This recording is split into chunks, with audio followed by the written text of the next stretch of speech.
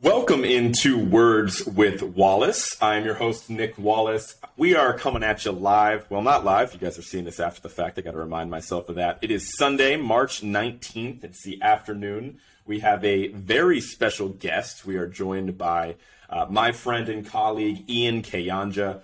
Ian is a credentialed media member for the Dallas Mavericks. He is a sports writer as well. He works for A to Z Sports, D Magazine, has had opportunities with USA Basketball, the Dallas Morning News, Sports Illustrated, and has covered over 6 different professional teams. So Ian's a very wise man, very in touch with what's going on with the Dallas Mavericks. So let's kick it over to Ian. Ian, how are you feeling today? Excited to have you on. I'm happy to be here, man. I feel like it feels like a rare opportunity, like my pre-draft interview or something. I'm over the moon. Well, we also wanted to let you know, Ian also is an occasional contributor on the Mavs Fans for Life podcast. They do a great job over there, but it's interesting that Ian even got access to that because Ian's not a Mavs fan. So, Ian, this is a safe space. You know, sometimes you're ganged up on by 3 Dallas Mavericks fans over there, and anytime Ian's the voice of reason, man. I'm the voice of reason in a Mavs world that after one win, they proclaim they're winning the NBA championship, and then after one loss, it's like all hell is lost. And so I find myself being the antagonist more times than not. Yeah, well, this is a safe space, man. So you can turn up the heat on the takes. You know, don't be afraid to say what's really on your mind. You know, this is a safe space. So can't wait to get into some realistic Mavericks talk, some Mavs content here. And before we get too far into that, let's just set the scene with the Dallas Mavericks, right? I mean, you know, most people understand it's been a month and a half since the trade deadline where they acquired Kyrie Irving. They're currently 36 and 35. You know, they're 6th place in the Western Conference. And they're coming off of a really massive win over the Lakers that essentially was worth 3 games in the standings because of tiebreakers and how tight-knit the Western Conference is, you know, from the 5th seed all the way down to the 12th seed. You know, Kyrie probably had his best game as a Maverick, you know, 38, 6 and 6. He had a game-winning pass, which was probably a bailout from Maxi Kleber, who hit a 3 to ice the game at the buzzer, essentially. So, Ian, wanted to kick it over to you to, you know, how are the vibes? What is it like, you know, working and covering a team that has Kyrie Irving on it? You know, how are the vibes in Dallas right now? You know, from the outside in, I was definitely a exhausted Kyrie consumer. You know, when he was in Brooklyn, I found myself just tired of the guy. But in the first month and a half in Dallas, and maybe this is just part of the Kyrie Irving life cycle, I find myself quite endeared to him, like the person Kyrie Irving. And maybe it's part of that Kyrie life cycle. That first 2-3 months that he's with your team, everything's all gravy. And then things kind of blow up at the first sign of trouble. But it's also, you have to keep in mind what is keeping Kyrie on his best behavior is he's going to be an unrestricted free agent and he needs to get paid. And obviously once you get that level of security after you get another long-term contract, your real intentions come out. How many times have we seen it? I mean, Ben Simmons practically quit playing basketball the moment he got paid. So we'll see. If Kyrie signs an extension in Dallas, I have a feeling we'll see the real version of who he is. But so far, a month and a half in, I have no complaints about the guy. Like he's patient with all the media members, and one of the interesting things is he seems to look you in the eyes every time he answers your questions, and he's on his best behavior for sure. Yeah, I mean, I think that, you know, obviously I think you cleared it up, you know, well by starting off by saying you're essentially in the honeymoon phase, right? Like it's only been, you know, a month and a half, and it's like you said, this is certainly a tryout period for him to get that next contract. I think those are all fantastic points, but yeah, I mean, you covered it. Like the weird thing about Kyrie is despite, you know, all of the negative media attention he tracks and essentially the scandals that he's been involved with in the past, he's really well received around the league, right? Like his teammates like him. I know it drives Celtics fans nuts that after every game, you know, there's still a line, everyone's hugging him, everyone's dapping him up. There's certainly no bad blood between Kyrie and the people that he's played with. And certain media members have said the same thing. So it's really interesting to see, you know, you speak relatively highly of him.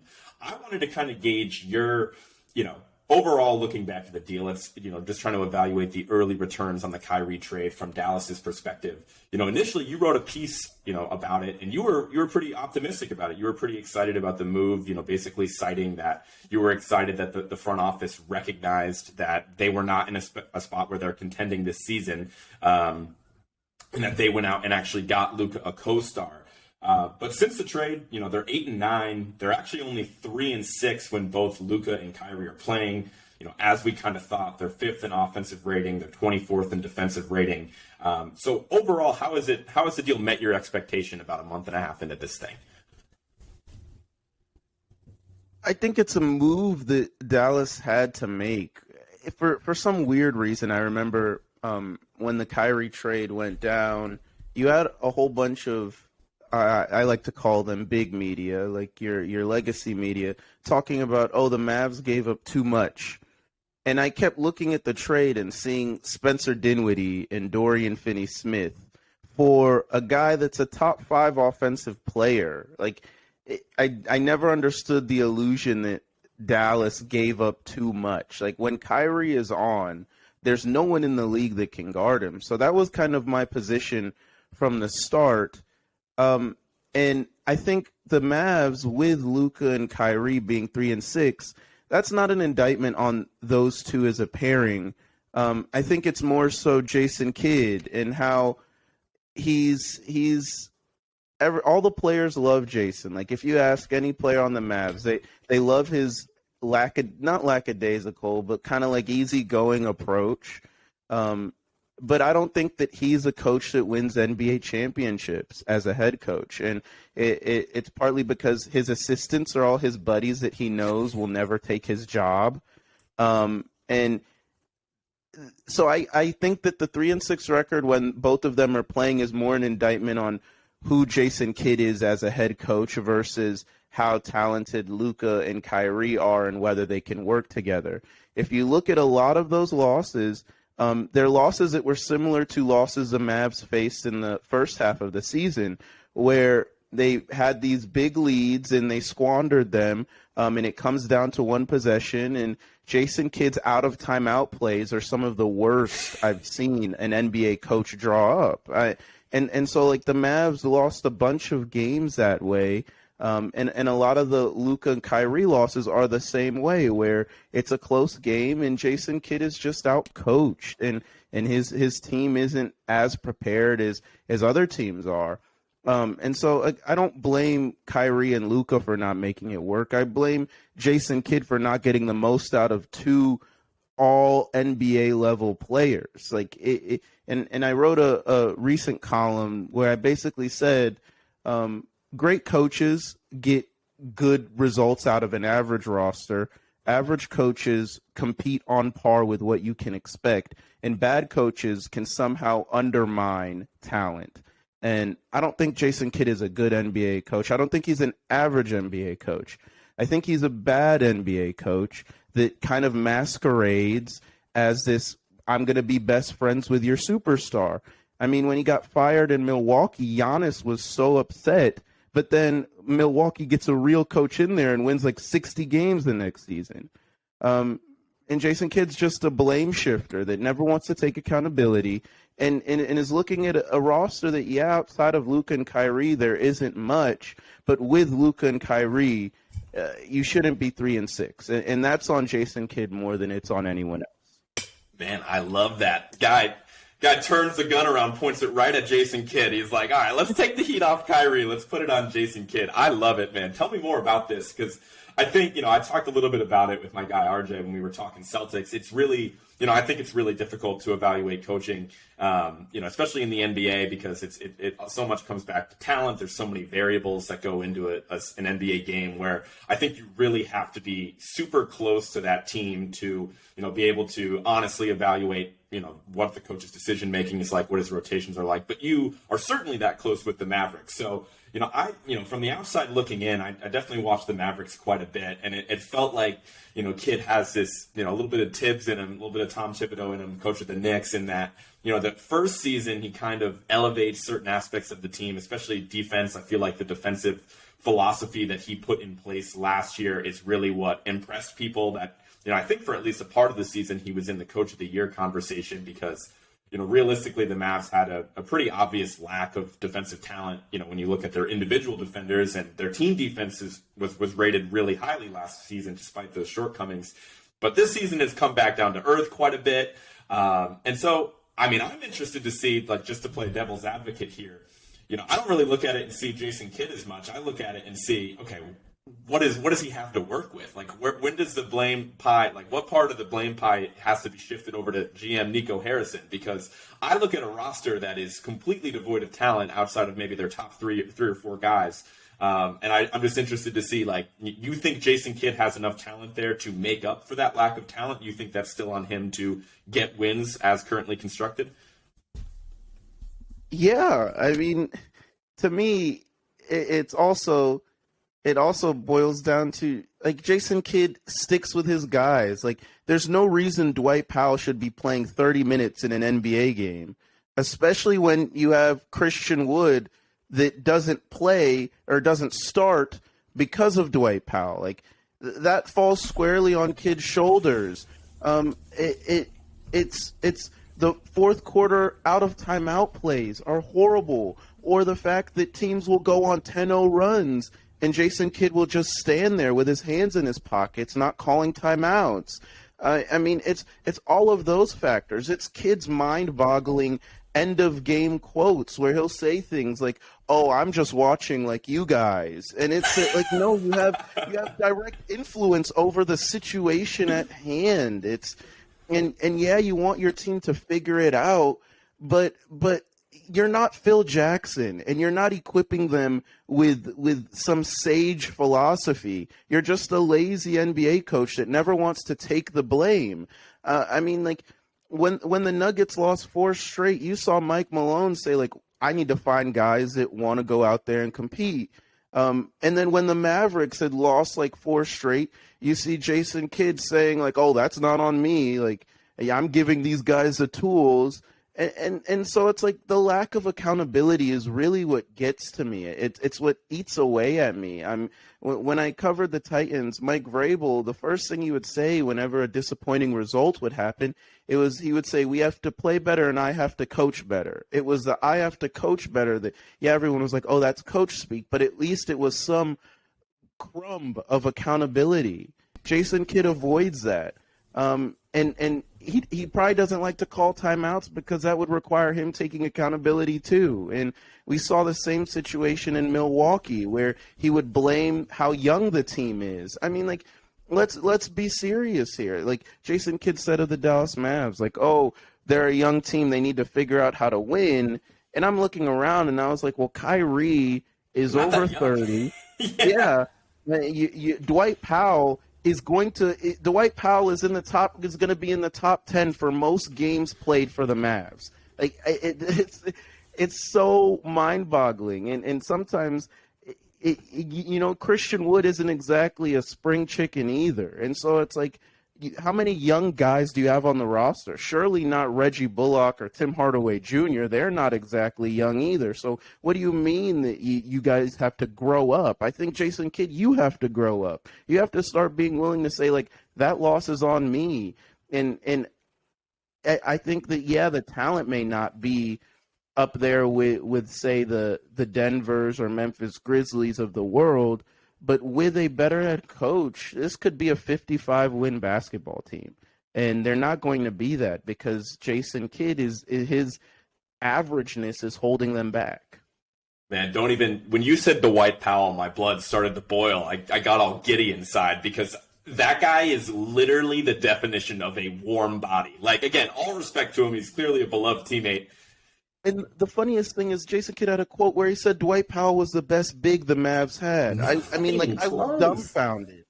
I was dumbfounded. I don't know, because I watched Dwight Powell where he'll be out there 21 minutes, 4 points, 2 rebounds. What are you doing? Yeah, I get it. He's certainly not a box score guy, but I don't think he's a positive impact guy either. He's out there burning calories, dude. Anyway, I'll hold off too much on my Powell thoughts and everything like that, just because we'll get into team needs and take a closer look at the roster. But it is hilarious, just a nugget for my Celtics fans out there that he actually was a piece of the Rondo trade that sent Rondo to Dallas. I think we got back Jay Crowder as well, we being Boston.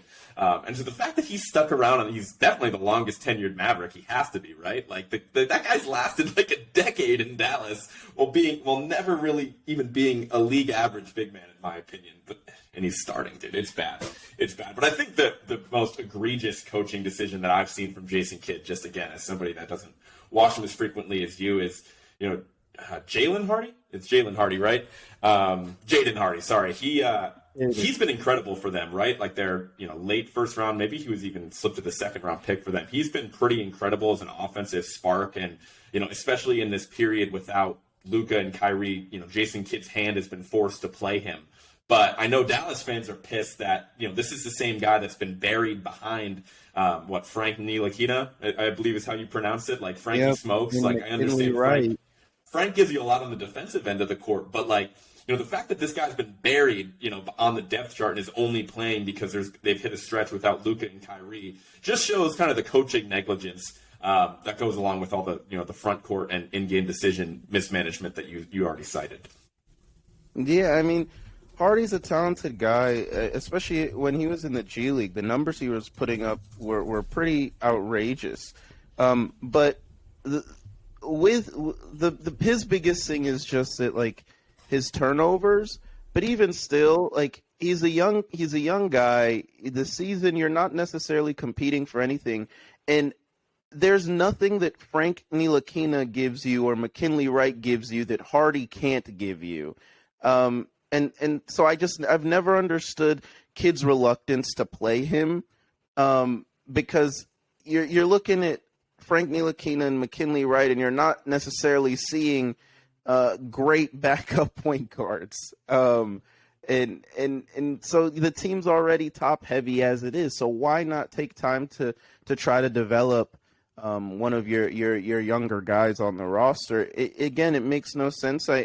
I don't understand his decision making, and in the media we've probed him and asked him, and he sticks by his guys, and I just don't think Hardy is one of his guys yet. You saw what it took for a guy like Josh Green to finally get some run, and Kidd is stubborn like that. So it doesn't matter that Hardy is hooping without Luka or without Kyrie, and he'll go back to the end of the bench for no explainable reason. When the team is fully healthy. And so it's like, never get your hopes up to see more of what you're seeing from him, because it'll probably take 2 years before Kidd even begins to trust him with meaningful minutes. It's so funny as you say that. I'm just laughing because in the back of my head, that quote about them being a young team that needs to learn how to win is just becoming more and more laughable. Like, bro, the only guys that play any sort of meaningful minutes for them that I would consider young are Jaden Hardy and then Josh Green, and that's it. Like, all those other guys, it's like, maybe they're, adult, young, but they're not young by NBA standards by any means. So that's funny, man. We'll talk more about Jason Kidd too when we get into the team needs section, because it sounds like things are a little bit more dire in Dallas than I was anticipating. But I just wanted to zoom out a little bit and beyond just the Kyrie trade, like looking back at the Mavericks, sneakily they've had like nearly a complete roster overhaul from where they were at the start of last season. So the start of the 21-22 season, basically 18, 19 months ago.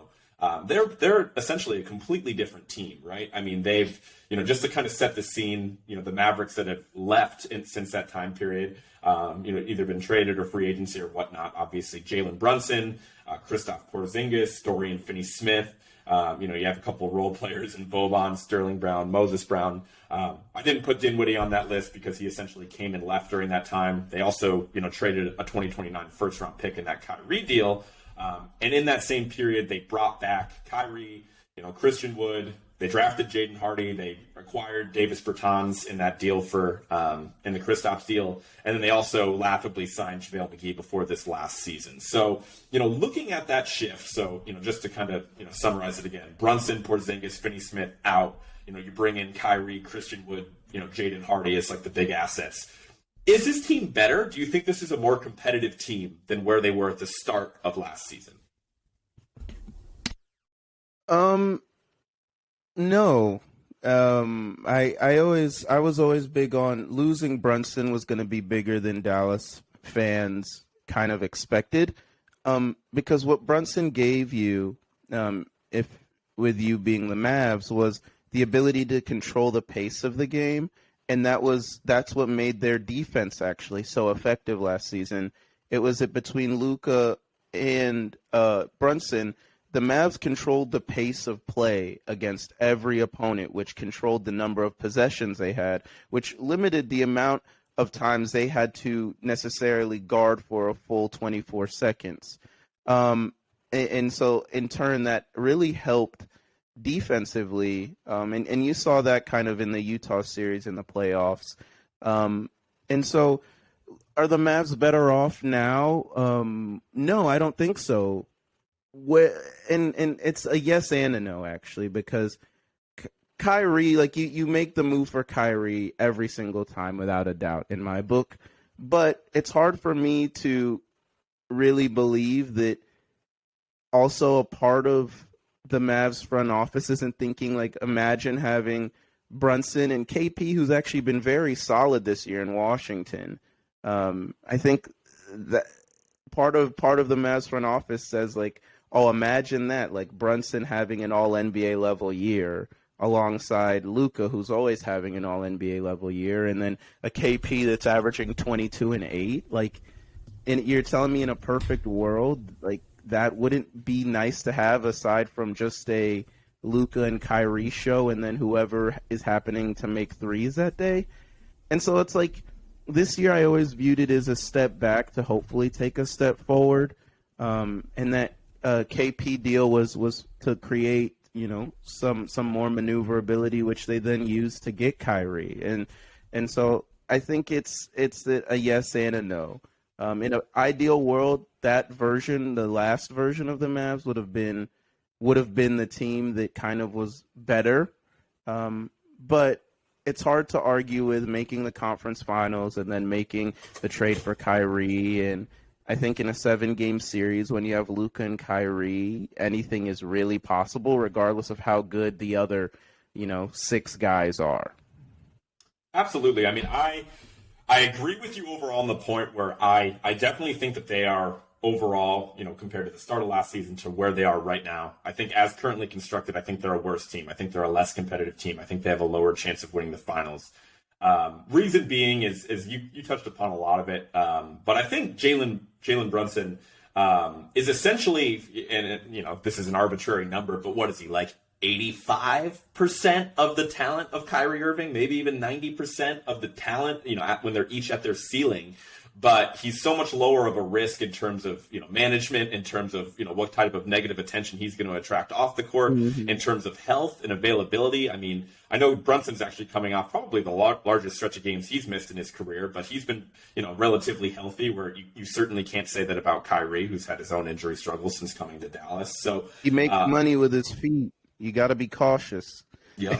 Yeah. Did you see that quote from Kyrie? So when Kyrie was talking about his foot injuries, Kyrie goes, "I make money with my feet, so it's something I want to take care of now."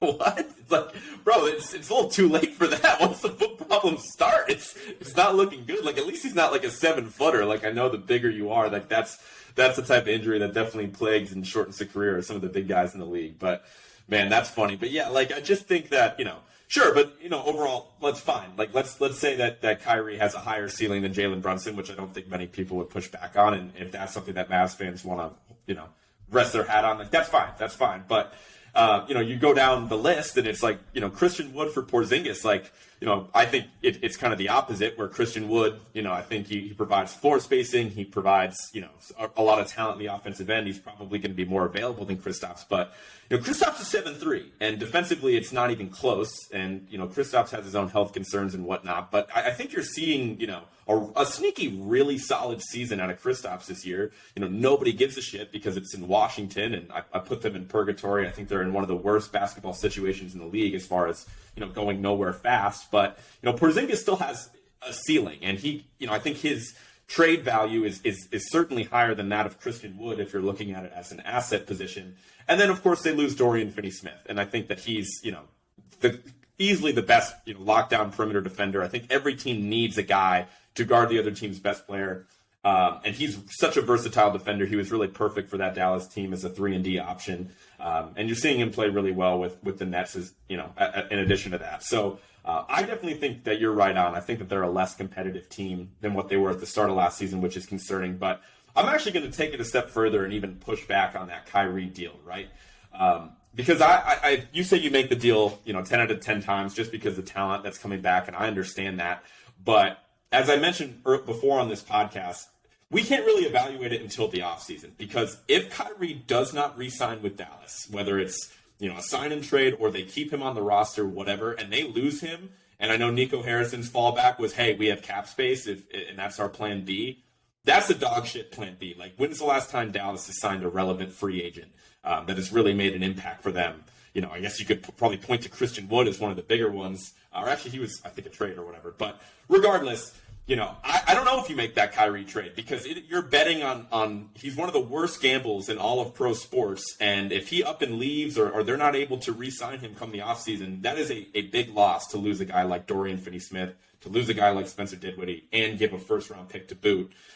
So I think if you lose the Kyrie trade, not only are you or if you lose Kyrie in free agency, not only are you less competitive this season, but you're also in a worse situation asset-wise. So I think it could get really dark if they don't re-sign him.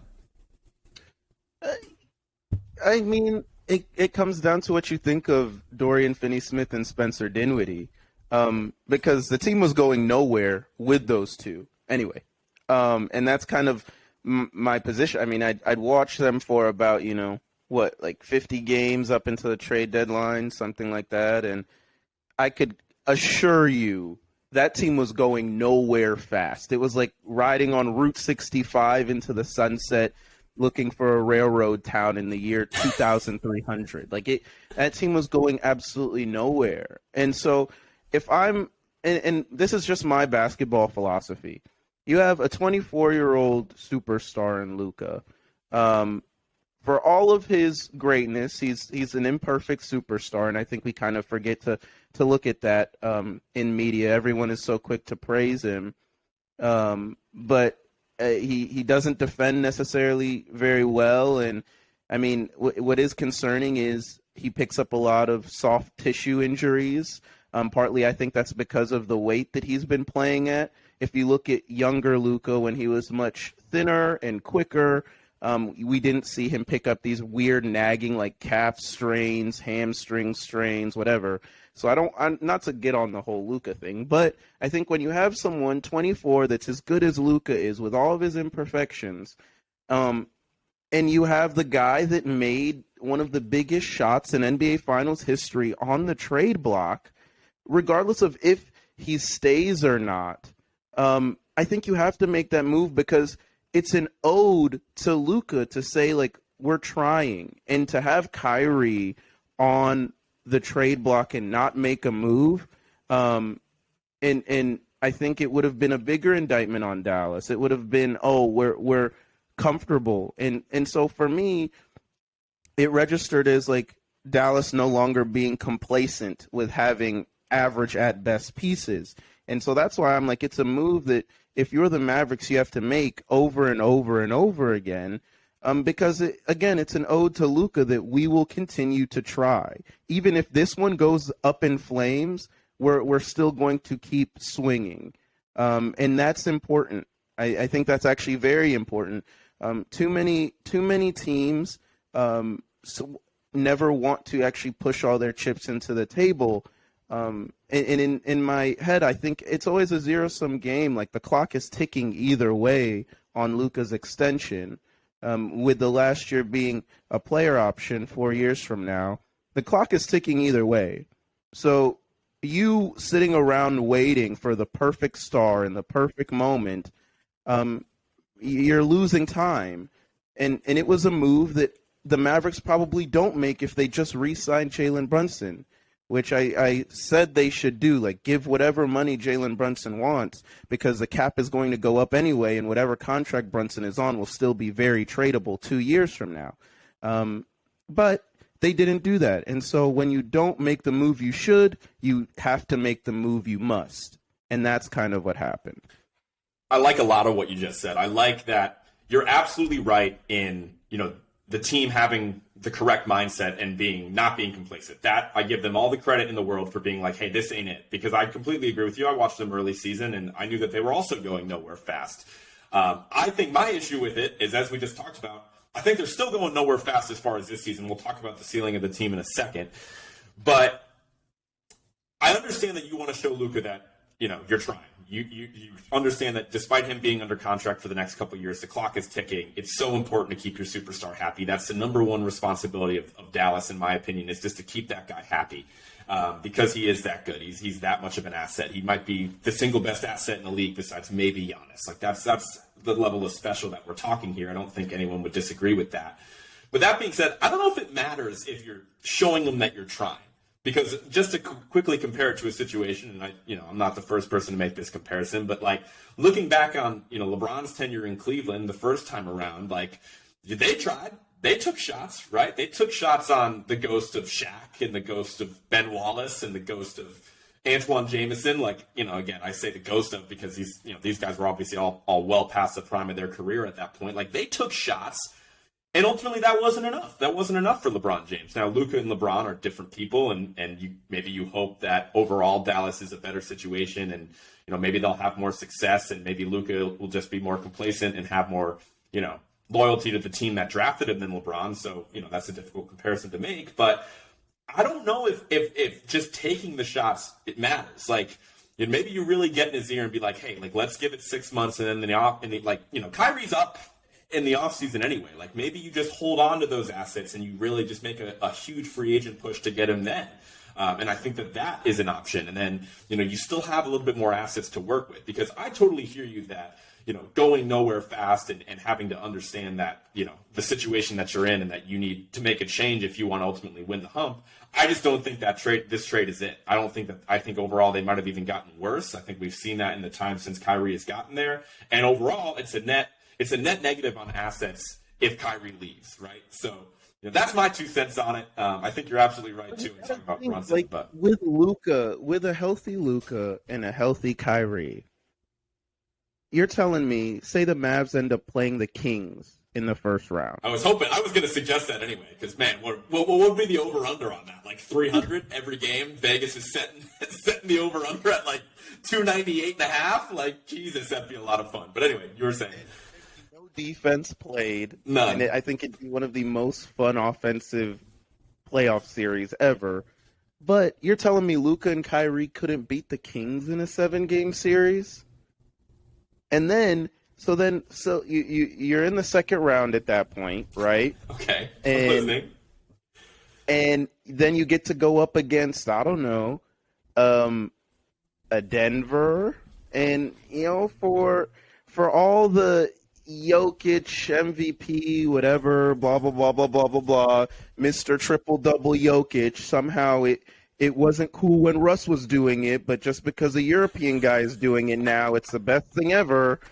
I don't know. And Jokic's playoff failures, I think in Dallas's mind it registers as we just got to get in the playoffs, and once we're in it, we'll have the top 2 guys in whatever series we play in, aside from, I don't know, maybe if they play the Clippers, because I think the Clippers are in an interesting place where they're almost a better playoff team than a regular season team. And so I think like that's the way the Mavs are thinking. It's like we just got to get in, and I think they like their chances against almost anyone in the West. I love this. So let's what a beautiful transition. Best transition in my young podcasting career, if I do say so myself, because now we're talking team ceiling. I think maybe we disagree on it, because I was looking at it, right? Maybe I don't disagree. Let's break it down, right? Because I've talked about the Western Conference and the teams that I believe in as contenders at nauseum on this podcast at this point. I think that group is basically limited to the Nuggets, the Suns, the Clippers, and the Warriors, assuming that those guys are at their full strength. And then you can call me crazy. I'd even put the Lakers in that group. They're just so far down the standings, and they need to get Bron back desperately. And that loss against the Mavericks really hurt them that we talked about earlier in the episode. But I think those are the teams that I would, with confidence, take over the Mavericks in a playoff series, excuse me. The Lakers have lost like 4 games simply because Anthony Davis can't make free throws when the game is in the balance. Yeah. It's one of the most mind-boggling things I've ever seen. Like, if he just makes both free throws, but not even that, if he just doesn't whack Maxey on his first 3-point attempt and send him to the line for 3 free throws. Like, so many things. Anyway. That was tough. Yeah. I mean, I'll give patience to AD because I think he's held up in this stretch without Bron a little bit better than I would have thought. I mean, I think we're seeing him look a lot closer to – it's crazy the roller coaster season Davis has been on because he's starting to look a lot more like what he was during that super dominant stretch he had in the early season. So overall, I give some credit to Davis. But, those little mistakes get erased if you have Big Bron next to you there too. But anyway, back to the standings. Like, there is a path, right? I think let me just come out and say it. I think their ceiling is the second round.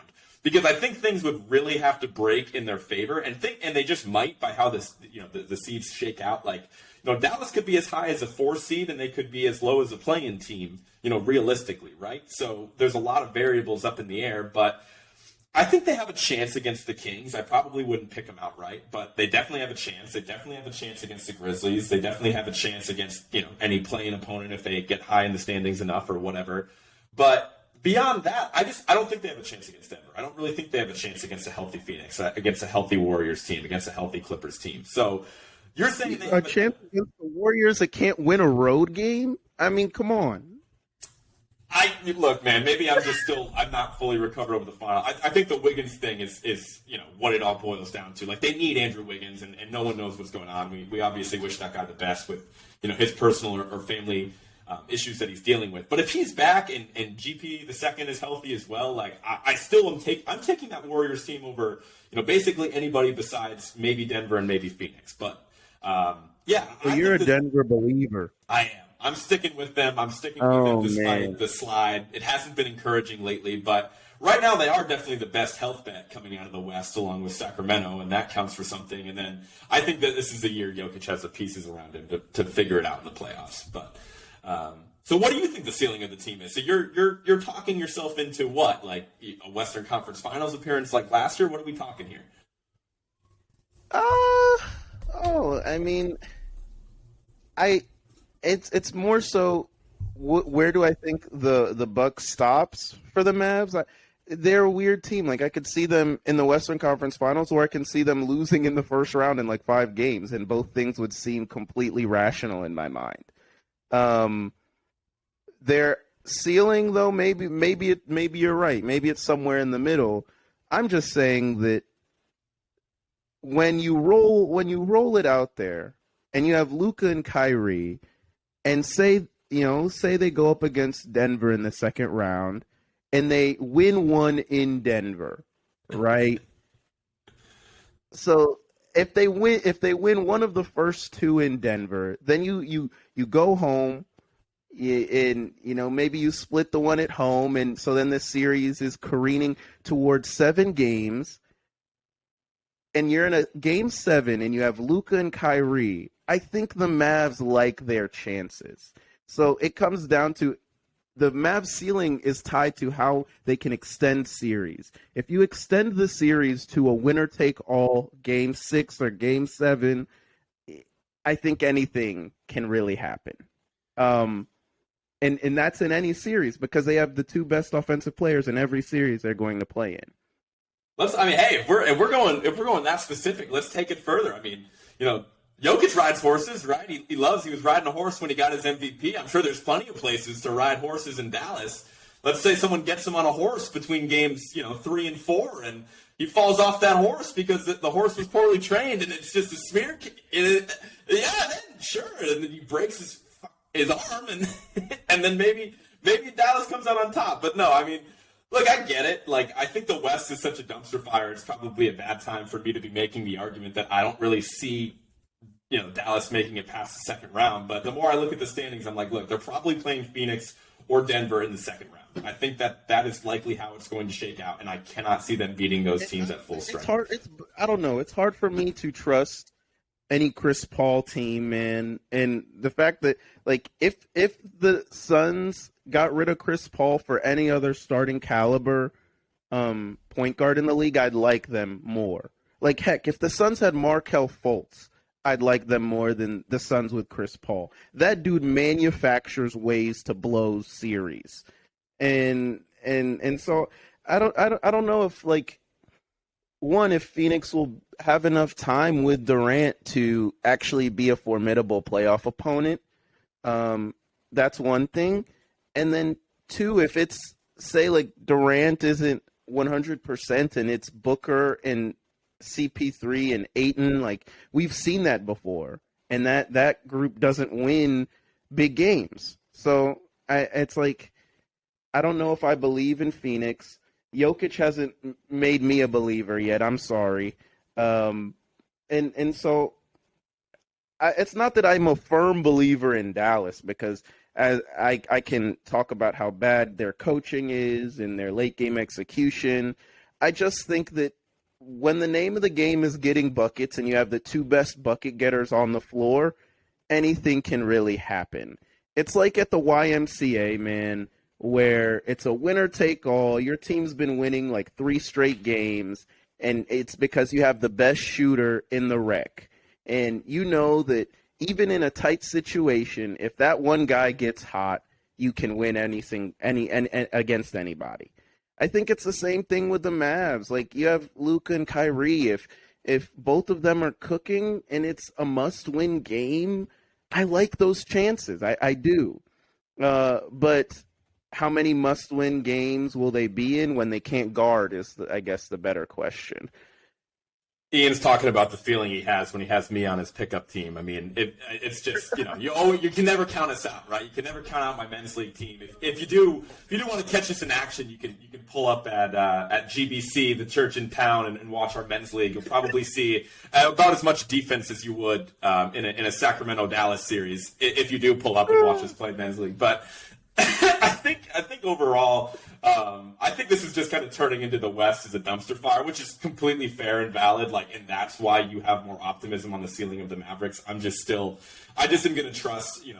And there's so many things that can happen health-wise with these teams where I guess there is a path, but I really do think that their ceiling is a one playoff win. I think that last year was more of an outlier. I would say that, the West is better this year when they're at full strength. I think that's a more difficult argument to make just because, there's so many teams in flux right now. But, I guess we'll agree. But last year's run was so fluky, man. Like, yeah. And I'd written a lot about it during that run. I mean, I'd never seen a team with more variance where they literally look like they don't belong in the playoffs when they're not making 3-point jump shots. And so, like, that last year's run was never convincing because it was, I hope Maxey and Dorian are making shots, and that's a tough bet for me. And so it's strange for me to say this, but a run to the Western Conference Finals this playoff would almost be more convincing to me. Because you're not necessarily hoping and praying that Tim Hardaway Jr. and Dorian Finney-Smith and Reggie Bullock are hitting their threes that day. Yeah. I mean, maybe there's just, I guess you're arguing that second option is just a little bit more proven, but, I think it ends up kind of breaking even with, the absence of Brunson and even Dinwiddie in terms of shot creation and having those secondary playmakers. But, for this team, instead of us kind of going back and forth about, what their odds against other, insert bad situation with another West contender here. What does this team need the most? What are the biggest team needs? Earlier you were really pissed on Jason Kidd. So I want a new coach. Let's take it a step further. Like, is coach the top need? Is that you would put that above their front court depth issues, above, their lack of perimeter defense? Like, is that the biggest need for the Dallas Mavericks? When they address this in the offseason? Man, I think the biggest need for the Mavs would be, I don't even consider, like, I want the Mavs to have a long, lengthy, athletic big, like one that preferably isn't 100 years old, JaVale McGee, but maybe like a 28-year-old version of JaVale McGee, and because I mean, think about it. Powell's a bit undersized for a center, and imagine how good the Mavs offense and defense could be if they had a uber athletic like Clint Capella type big that's just there to catch lobs and stand in the middle of the paint and muck things up on defense. So I think to me that's the need number one. And then need number two is a wing with a similar skill set to say like an OG Anunoby, man, like a guy that has a little bit of his own offense, but is more defensive focused, can knock down outside jump shots, but also handle the ball a little bit and do a little bit of everything. And so with those two things, I think Dallas would become a contender. The question now becomes like, what's the path to even getting one of those two things? Because, I mean, you gave JaVale McGee a 3-year deal, and all the tea leaves are reading that the Mavs won't re-sign Christian Wood, which I think is a mistake. And so they back themselves into a corner where they're not going to be able to get any of their on-court needs taken care of this offseason, really. Yeah, I mean, I think you hit on the two big ones for me, certainly. I think, first and foremost, like, nothing drives me nuts. And I think it's gotten a lot better, in the offseason, in referring to the Mavs front court depth. Like, it is so pathetic, and it's slightly better now that they have Christian Wood, like I mentioned. But I know we made fun of. You want to hear a hilarious quote? Yeah, I do. Please. In training camp, Jason Kidd said that the big man rotation for the Mavs is incredibly deep. Yo, that's guy's lying through his teeth, bro.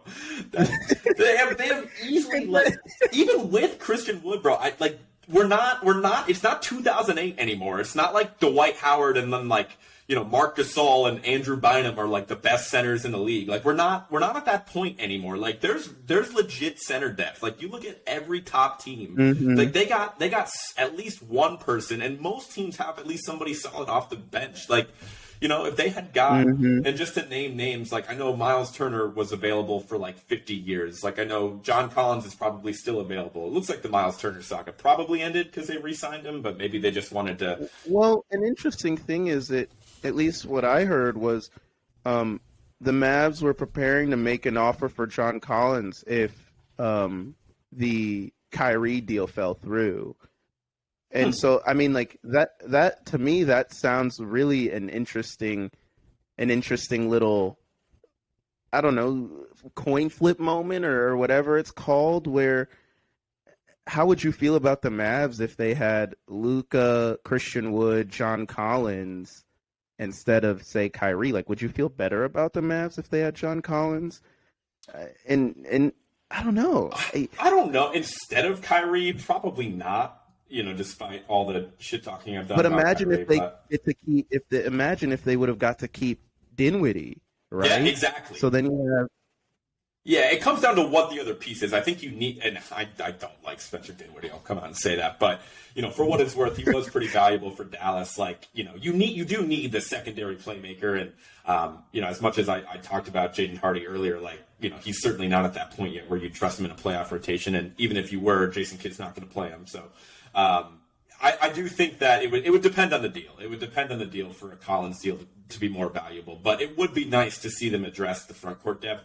I think for me, the funniest thing this entire season when, the Mavs defense obviously fell off a cliff, in terms of defensive rating and stuff like that compared to where they were at last season. It was like, I saw all of Mavs Twitter talking about like, oh, we don't have Maxi Kleber. Like Maxi Kleber's the anchor of our defense. Oh my God. It's like, brother, oh my God. That's like saying saying Maxi Kleber is the anchor of the defense is like saying, hypothetically, let's say I make the most money out of my friend group. That's like me saying I'm the Bill Gates of the friend group just because I make the most money. Like, no, I'm not, and I'm not for what it's worth. But even if I was, no, your friend group just doesn't have a Bill Gates because there's like not that many Bill Gates out there. There's not that many true defensive anchors out there, and the Mavs just do not have one. It is marginally better for Maxi Kleber, but he is not impacting like the ceiling of this team. He's just not. I'm sorry. Like.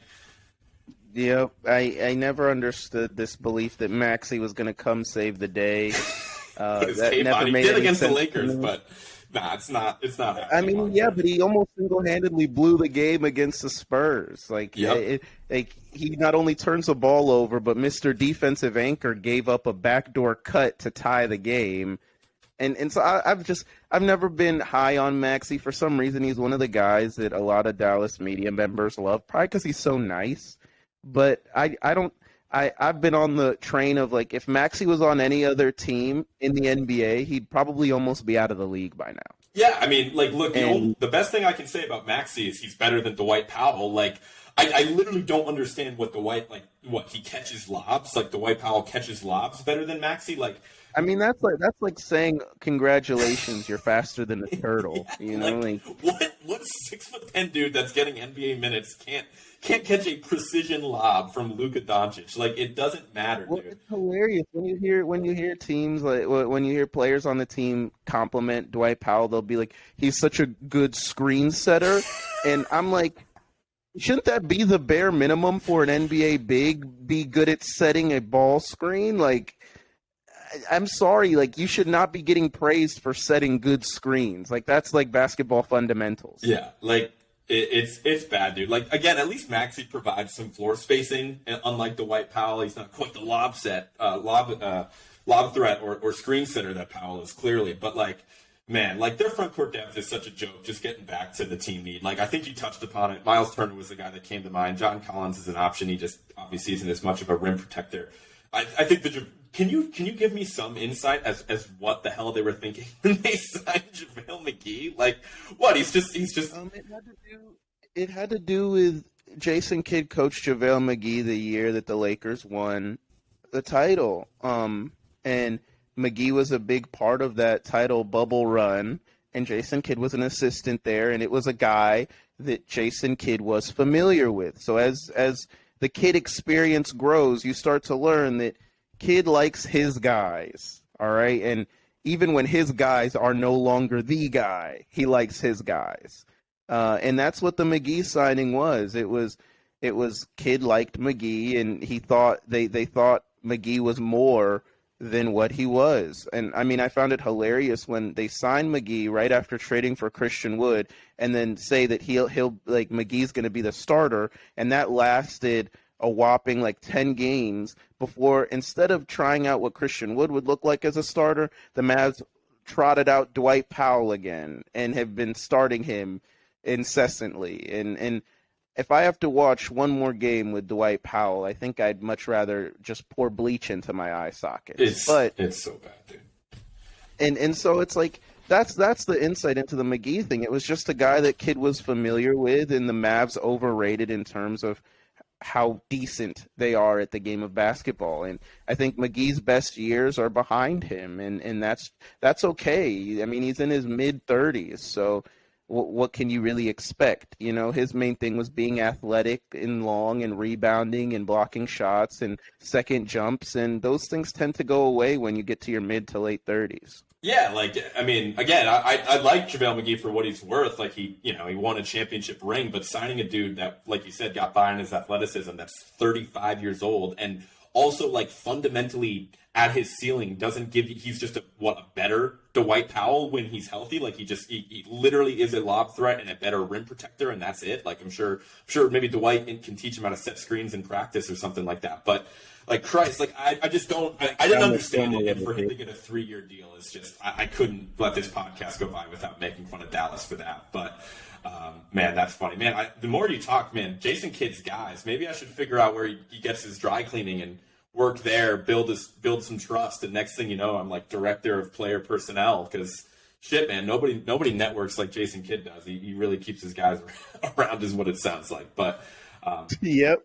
I like the OG point, just getting back again, the team needs. OG Anunoby, it's just like he's such a perfect 3-and-D player that he just, it makes sense that every team in the NBA would be interested in a guy like that. So I guess that's kind of a cop-out answer. But I do think it's worth mentioning, like, you know, they gave up Dorian Finney-Smith. They're missing their perimeter lock. Like, the fact that this team is going to have, you know, Tim Hardaway Jr. or Reggie Bullock guarding like a Kevin Durant if they face Phoenix is just so laughable. Like, you know, I'd be remiss to not mention that, but I think that, you know, the front court depth is probably the most dire need. But I think that basically covers it. I hope Dallas fans haven't turned this off already. I mean, they probably already did. But is there anything else you wanted to get out on the Mavericks before we shift gears here? Man, I want, one of my biggest wants for the Mavs is a rebrand. I feel like they've had the same jerseys for forever. Okay. And I am coming on this podcast to say, Mark Cuban, please just rebrand your team, man. Yeah, I think shout out. This is super random, but shout out your guy Landon Thomas, right? The guy you do the podcast with. His name's Landon. Mm-hmm. He posted some really cool jersey concepts before the season of like potential rebrand options that looked so much better than any relatively new like city edition jersey that they've put out. So I'm with you on that. I think that's a good point. I'll say one nice thing about Dallas. I love Luka. I love watching Kyrie Irving play basketball. They are more fun to watch after this trade. They do have a chance because of how crazy the Western Conference is. I wouldn't expect another fairy tale run like what they experienced last season to get to the Western Conference Finals. So I wanted to quickly shift gears because this is one that was for the fans, that was for the audience. This is one for my guy Ian. Ian's a Thunder fan, for those that don't know, and I just wanted to do a quick Thunder vibe check, man. How are you feeling? How are you feeling as a Thunder fan right now? I am quite excited, man. I mean, between J-Dub and my guy Josh Giddey and SGA and being a 9 seed in the West, we're a punchy group, man, and we're punching above our weight. Mark Daigneault is just, I think he's a great young head coach, and I'm excited to the fact that hopefully we'll be a play-in team, and not just that, but then also we still have all this draft capital, and so it's like it's that point in the rebuild where you actually get excited about where the team is going, and you're not watching a whole bunch of G Leaguers out there for 80-some games anymore, which it's a breath of fresh air that this team is actually fun to watch, because the last two teams were just not fun at all. And this team, the fact that they're still playing competitive games in mid-March makes me smile ear to ear. Yeah, I mean, I think that I think you're right on with that. I think the vibes for the Thunder are absolutely fantastic. For them to be as competitive as they are, I mean, they're not saying they're super competitive, but being as fun to watch and slightly competitive as they are without having Chet, obviously the second overall pick in the draft, I think, says a lot about where that team's at. Jalen drafting. Can we get a quick clarification here? So they drafted two dudes named Jalen Williams. So J-Dub is the nickname for the one that's like second for Rookie of the Year, correct? That's how we diversify him, J-Dub. Yes. Okay, perfect. So I think that's awesome. I think he's easily, if Paulo didn't exist, I think he'd be your Rookie of the Year front runner. He's been fantastic lately. And dude, I think Shea's second team All-NBA, dude. I was kind of looking at it just to give a preview. Can we even put him that high for, not being on a competitive team? I think Shea has been that good this season, though. Mm-hmm. I think Shea, I mean, it's really crazy in that, like, say if the Thunder were like a 45 to 50 win team, Shea would be, I think, probably in top 3 in MVP voting when you think about it. It's just that probably the Thunder don't necessarily win enough games, and so it creates this like thing of like, oh, he's the volume scorer on an average to below average team. But I mean, the season that he's having is special. He like leads the league in drives, and for being a guard, how many points he scores in the paint it's unbelievable. And he's just one of those guys it's a bucket getter. He's so inventive and creative in the way that he creates space, and his biggest thing is that he's gotten stronger in his legs, and so he's able to not only take contact but kind of bump guys off spots and create new angles for shots, and it's really taken his game to the next level. And I'm just glad that he's still playing in March, because for the past 2 years he'd always pick up some random injury and then he wouldn't be playing the last like month of the season because the Thunder were more concerned about draft picks than winning basketball games. So I'm happy to see his development, and to me, I think he's one of the best offensive players in the league at this point. There's you put this guy on a team that's a fringe contender, and I think they become an NBA Finals fringe team that's like all of that. You think they can get there? Yeah, man, I can't say, I don't have enough good things to say about Shea. Like he's incredible. For him to be scoring over 30 points a game and he's doing it on like 2.5 3-point attempts per game and it's not like he's shooting badly. He's shooting like, 35% from three. It's like if he finds a way to attempt more threes just because that's the way the league is heading, not that he even needs to get those gaudy point totals, but he's that special of a player, and there's still even a path for him to achieve an even higher ceiling. Like that team's awesome, and it looked like they were going that direction with resting Shea. The first couple games after the All-Star break, it felt like we were going to see the same, Thunder situation that we did the past couple seasons, like you were talking about. But it's nice to see him back out there, and they're, keeping the same level of competitiveness that they had earlier in the season. But, there's still a chance that they come out of they're going to be in the lottery still. They have a chance to land Wembanyama. Like, I can't even imagine the ceiling of that team if they were to get blessed in the lottery and, grab Wemby or even a top 3 option. Like they're going to be a top up there in the Western Conference standings next year, in my opinion. I think so too, man. And once Chet is ready to go, I'm very excited because the Thunder have been playing this entire year without a center pretty much. And so, I mean, imagine like a guy like Chet and then whomever they get in the draft. I've never been more optimistic about a Thunder team probably since I was like 12 years old watching them play in all these conference finals and whatnot. And it's good to feel excited about a team again because when you don't have that, man, it can be disheartening to just watch them lose and lose and lose. Yeah, right. There's a light at the end of the tunnel. The process is almost complete, Ian. You're like 89% loaded. I hope so. Well, I hope so. Before we let you go, I felt like this would be a fun exercise, right? As I mentioned earlier in the open of the pod, Ian has written articles professionally for many different teams. Just to give you the list, and definitely let me know if I'm missing any. Obviously, the Dallas Mavs, the Las Vegas Raiders, the Philadelphia Eagles, New Orleans Saints, Tennessee Titans. Contributed for a Thunder fan site as well, so the Oklahoma City Thunder. And then, of course, you've lived in Dallas for several years now, so you're familiar with the Cowboys fan base. I wanted to hear you rank, and we can make it nice and say rank your favorite fan bases from what you've heard, or we can make it honest and go least favorite fan bases. But I want to hear you rank the fan bases that you've had to deal with in being a professional writer and what you've seen through the lens of a sports writer in these different fan bases and environments. I think the smartest fans I've ever encountered are Tennessee Titans fans. I think they're the most level-headed and aware of their situation and circumstance. And so probably my favorite fans to deal with were those. They were always nice in my mentions and in the comments and whatnot. So I have a soft spot for Tennessee Titans fans.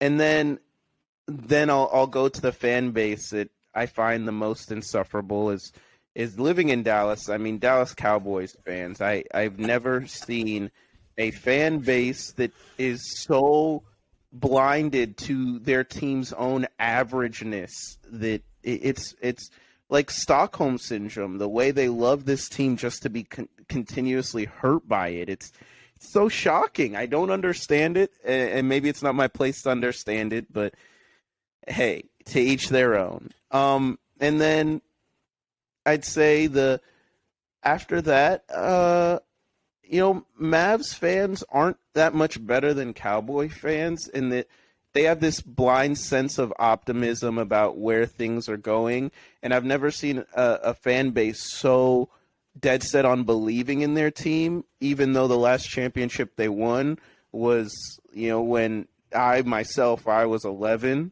and so that should tell you something. They're not exactly the Golden State Warriors standard of basketball. So Mavs fans are quite the enigma because they're doomsdayists, but then if you actually start pointing out the flaws in the team, then they'll also jump to defense of that team, but then they also feel like the sky's falling all the time.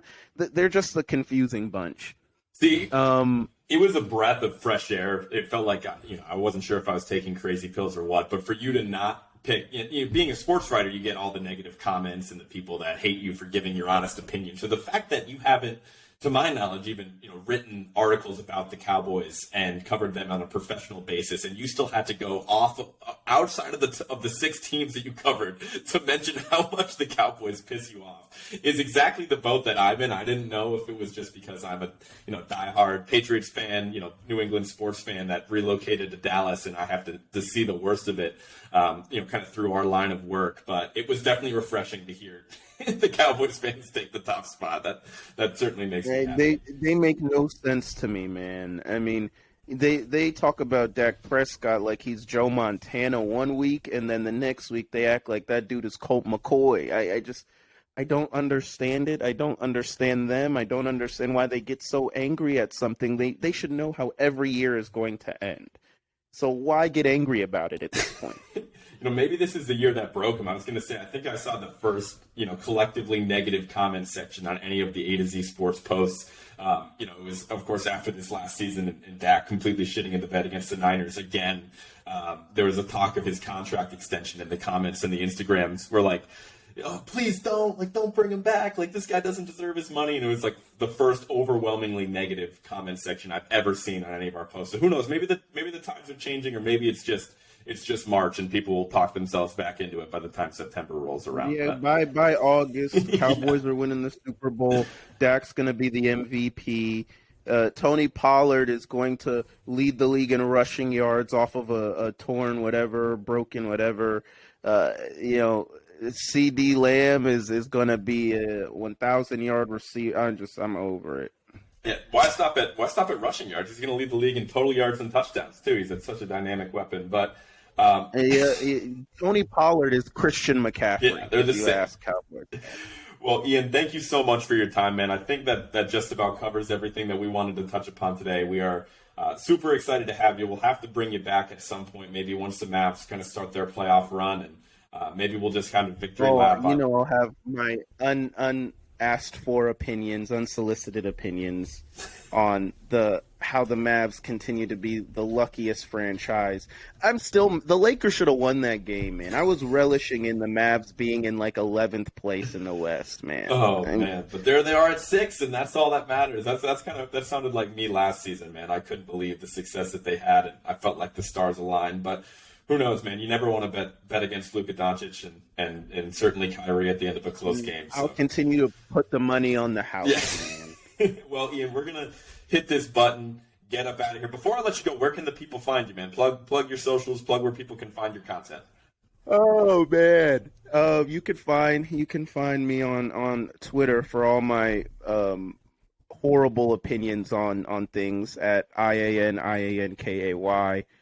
And then that's pretty much it. I try to stay out the way aside from my horrible takes on sports. So check out my Twitter and you'll find all my stories there, or at least the stories that I think are worth much of anything.